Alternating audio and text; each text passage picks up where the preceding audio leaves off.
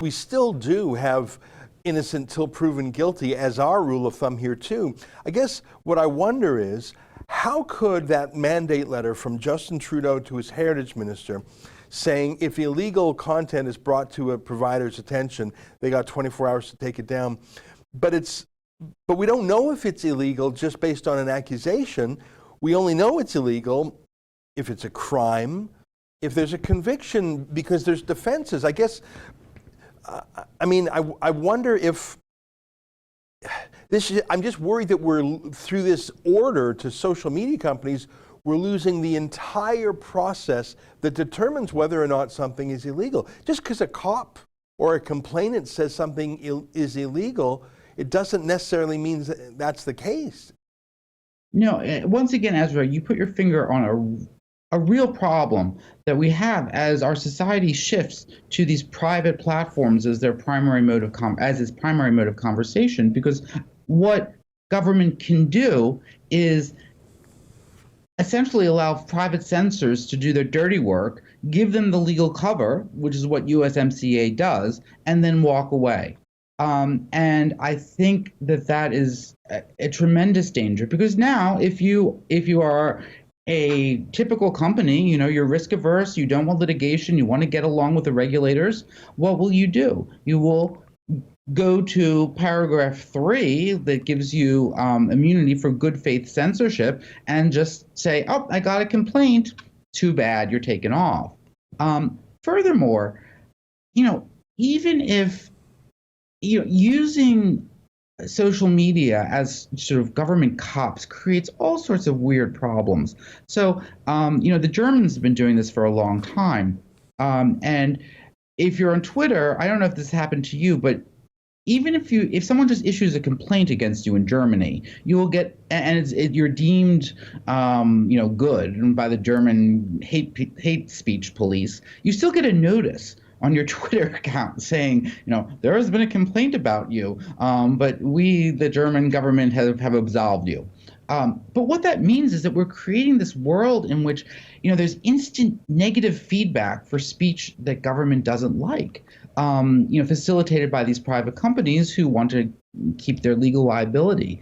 And that's, I think, a very troubling mechanism in today's media and communication networks.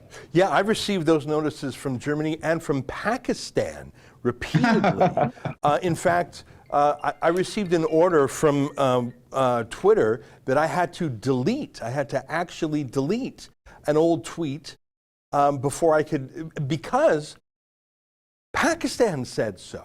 I didn't know who complained, obviously their government. I didn't know what the charge was, what the defense was. Here I am in Canada, and Pakistan is censoring me. Let me ask one last question, and I know this is just a version of the last 4 questions I've asked you, but let's say someone in one of these tech companies makes the decision that it's in their long-term interest to reserve to themselves editorial control, business control, and not simply let the government subcontract censorship to them.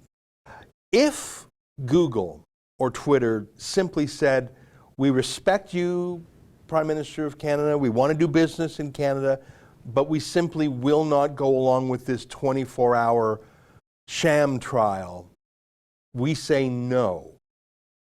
And maybe I've asked this 4 times, but I'm just trying to grapple with it because I find this whole subject troubling.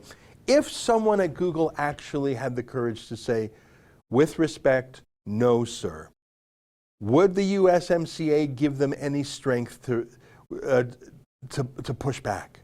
Yes, and I wish I made that clear at the beginning of our conversation, because again, as you pointed out, we're coming from totally different assumptions. But yes, they could say, look, we can't be liable for third-party content. All we're doing is posting, and we have no editorial control over it. We don't exercise editorial control. So in a way, it could, and that's pretty much what companies like Gab, which is the alternative Twitter in the United States, do. They say, look, we have no control whatsoever over what anyone posts. We're not in that business, and they don't have liability under Section 230. It would be interesting if there were such a Canadian company, what the legal consequences would be.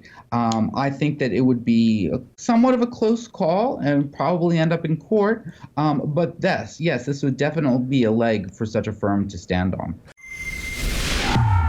That's an excerpt from the Ezra Levant Show, which is a show I do every day. I do a monologue, interview an interesting guest, and then I read my hate mail. But you've got to subscribe to it, which you can do at premium.rebelnews.com.